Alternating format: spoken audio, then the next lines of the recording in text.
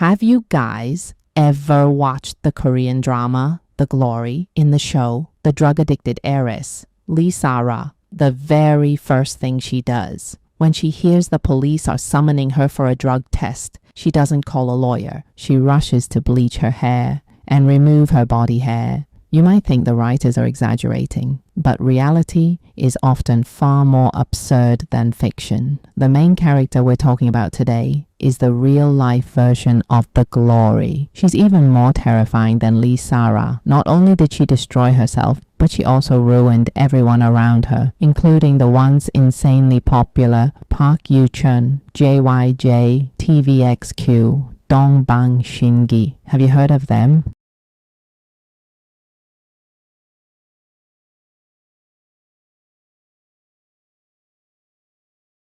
Hello everyone, I'm San Choy. Before talking about Hwang Ha-na, we have to mention Park Yoo-chun or Mickey Yoochun for old K-pop fans. This name is full of blood and tears. Back then, he was a member of TVXQ, dominating Asia. Later, dissatisfied with SM Entertainment's slave contract, he joined forces with Kim Jae-jung and Kim Jun-soo to leave and form JYJ. At the time, they were seen as heroes fighting against corporate bullies. Even while suppressed, they were still shining talents. But those who fight dragons sometimes aren't truly representing justice. When Park Yoo-chun met Hwang Ha-na, people might have finally realized that the dragon slayer of the past could just be another evil dragon. Hwang Ha-na is the granddaughter of the founder of Namyang Dairy products. Her persona is the typical wealthy descendant, a rich girl. She's actually quite grounded. She just acts as an influencer on IG, showing everyone how many designer brands she owns, how pretty she is, and what high-end places she hangs out at. In Korea, a Chaebol descendant causing trouble isn't really news, but Hwang Ha-na's trouble is on a completely different level. She's not just a player in the scene, she's a central hub in the drug circle.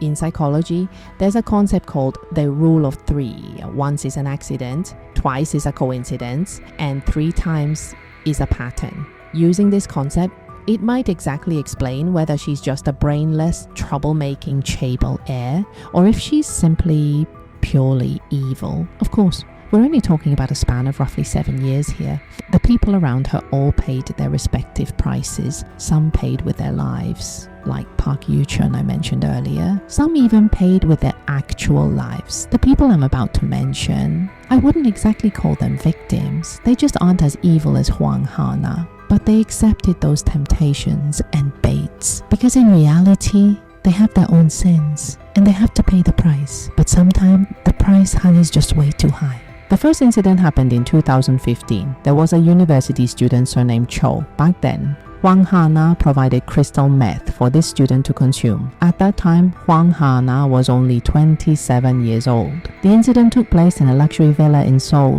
Hwang Ha-na handed a plastic bag containing 0.5 grams of meth to this student, Cho. She did take money for it, and Hwang Ha-na didn't just provide drugs, she also provided a service. She personally helped Cho dilute the meth and then injected it into Cho's arm in 3 separate doses. So what happened after this incident blew up? As a result, the student Cho was sentenced to 2.5 years in prison. But as a supplier, the drug dealer Hwang Ha-na, the police didn't even summon her once to give a statement. It was as if nothing had ever happened. Isn't this exactly what Korean dramas portray? Innocence for the rich. Perhaps it was because of this incident that Hwang Ha-na learned, I have privileges. I can do whatever I want.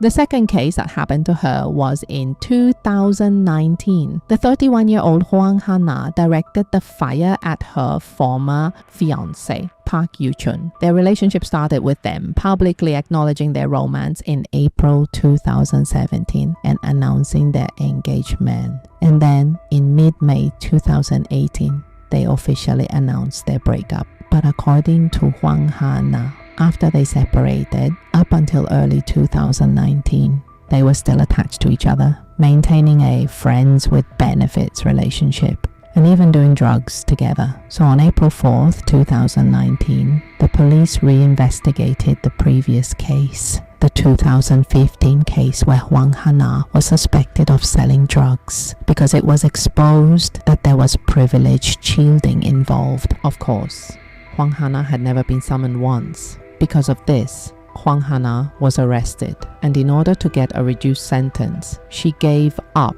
Park Yoo-chun. During her interrogation, she told the police, "I had originally quit drugs, but I was forced and lured by celebrity A, which is why I relapsed in 2019. The media quickly exposed that this A was Park Yoo-chun. When this drug case blew up, Park Yoo-chun immediately held a Century press conference, tearfully saying, "I stake my entertainment career on this. I really didn't take drugs." Then, it was exactly like the plot of The Glory. He went to dye his hair, remove his body hair, trying to destroy the evidence, but the net of justice is vast. The police eventually found one leg hair that he hadn't completely removed, and it tested positive for drugs later, combined with CCTV footage actually showing Park Yoo-chun going to pick up the drugs. As a result, Park Yoo-chun's reputation was ruined. He was sentenced to 10 months in prison. As for Hwang Ha-na, she was obviously a repeat offender. She still relied on her extremely powerful legal team to get a suspended sentence. The moment she was released, she probably thought, "See, I got away with it again." Moving on to the third case. This one is probably the darkest and most chilling. In 2020, having received a suspended sentence, she actually relapsed again. This time, the person with her was her husband, Oh Se-yong. Let's call him O. This time, even human lives were betrayed. O was 29 at the time, and Hwang Ha-na was 32. It's said that O was just an ordinary guy, but he got mixed up with Hwang Ha-na, doing drugs together, and eventually they became lovers. For Hwang Ha-na's suspended sentence in 2019, she actually had to attend a 40-hour drug treatment program, plus something called a probation order. The probation officer had the right to demand urine or hair tests at any time. At that time, they suspected Hwang Ha-na was experiencing drug cravings because there were needle marks on her arms. To avoid being caught, she and O came up with a crazy plan. In September 2020, O went to the police station to turn himself in. He claimed, "I secretly injected Hwang Ha-na with drugs while she was sleeping." What? Doesn't that sound completely baffling? And coincidentally, O turned himself in September. They got married in October, and in November, the death-seeking Hwang Ha-na stole 5 million Korean won, about 30,000 Hong Kong dollars, worth of designer bags and jewelry from a friend's house. I don't know what you can even buy with 30,000. Her friend called the police. This theft case caused the fake confession plan from September to be exposed. Thinking they could deceive everyone, they instead drew stricter police scrutiny. So on December 17th of that same year, they had a common friend surnamed Nam. Nam was a strong piece of evidence proving that Hwang Ha-na took drugs voluntarily, not as her husband had claimed. But on that very day, Nam attempted suicide and fell into a coma, becoming a vegetable. No one really knows why this happened, but this incident likely put immense pressure on O. Perhaps he finally realized that things involving Hwang Ha-na could actually get people killed. A few days later, on December 22nd, O went to the police station to change his statement. He exposed that it was actually Hwang Ha-na who actively took drugs. But 2 days later, on December 24th, her husband committed suicide by jumping off a building. The most bizarre part is that the suicide note he left behind actually said, "I'm sorry, I was the one who dragged Hwang Ha-na into taking drugs." This note completely contradicted his confession just 2 days prior, so the public suspected, before he died, he was under massive pressure or threats. The whole thing looked like silencing a witness. Her husband is dead. Their common friend is in a coma. The whole case became dead, men tell no tales. Ultimately, because there were no witnesses, the court only charged her with drug use and theft, sentencing her to 1 year and 8 months in prison. 2 lives exchanged for less than a 2-year sentence. This is the reality of the Korean judicial system.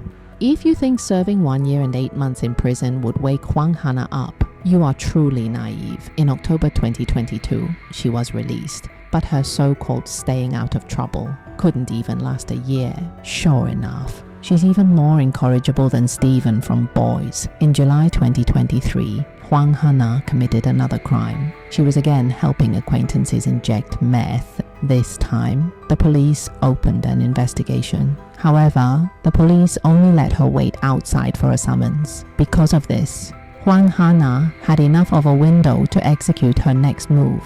In December 2023, taking advantage of the freedom during the investigation period, she bought a ticket to Thailand. From there, she crossed overland into Cambodia. This time, she officially became a fugitive. Initially, the Korean police issued a blue notice, but ultimately, they upgraded it to a red notice. During the 2 years she was missing, rumors flew everywhere. Some say she lived an extremely luxurious life. According to the media, her lifestyle there was nothing like a fugitive, up until recently. At the end of 2025, on December 24th, 2025, which is about a month ago, on Christmas Eve, Hwang Ha-na was finally arrested at Phnom Penh Airport. And the most ironic part is, the moment she got off the plane, she was still wearing a coat worth millions of won. Crazy, right? Actually, there's no grand moral to the story here. As someone who isn't Lee Ka-shing's daughter, I basically resent all rich people. I'm part of the group that gets the most joy out of seeing them fall flat on their faces. If you believe human nature is inherently good, like a blank sheet of paper, then what we see is that some people are born with a golden key. This key has, time and time again, opened the back door of the prison for her. It's also because of this key that these people never get the chance to learn how to use the brakes, how to brake when all the scapegoats are dead. She, not knowing how to use the brakes, naturally crashes straight down the mountain. And for Hwang Ha-na, even if she returns to Korea, what do you think her outcome will be? It shouldn't be hard to guess, right? This is the story of Namyang Dairy Products' granddaughter, Hwang Ha-na. I don't know if you guys liked the story I told today. If you have any opinions, feel free to leave a comment. Thanks for listening. I'm San Choy. Bye bye.